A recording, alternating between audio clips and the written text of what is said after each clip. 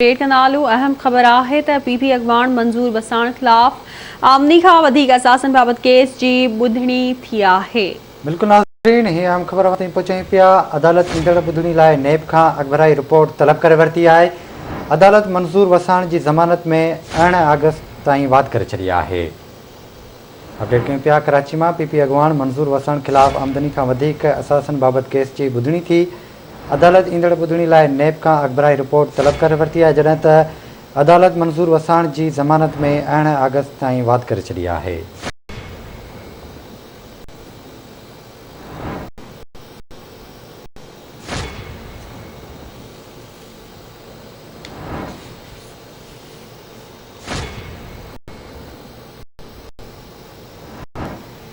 PP अॻवान मंज़ूर वसाण ख़िलाफ़ आमदनी खां वधीक असासन बाबत केस जी ॿुधणी थी आहे। अदालत ईंदड़ ॿुधणी लाइ नैब खां अॻबराही रिपोर्ट तलब करे वरिती आहे।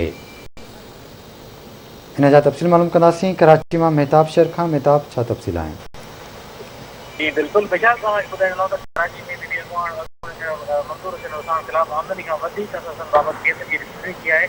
अदालत ईंदड़ ॿुधणी ताईं नैब खां अॻबराही रिपोर्ट तलब करे वरिती आहे। तव्हांखे ॿुधाईंदो त नैब पारां जेका रिपोर्ट मोकिली वियो आहे, मोहलत वधी आहे कोर्ट खां। नैब ॿुधायो अदालत मंज़ूर वसाण जी ज़मानत 18 अगस्त ताईं वापस करे छॾी आहे।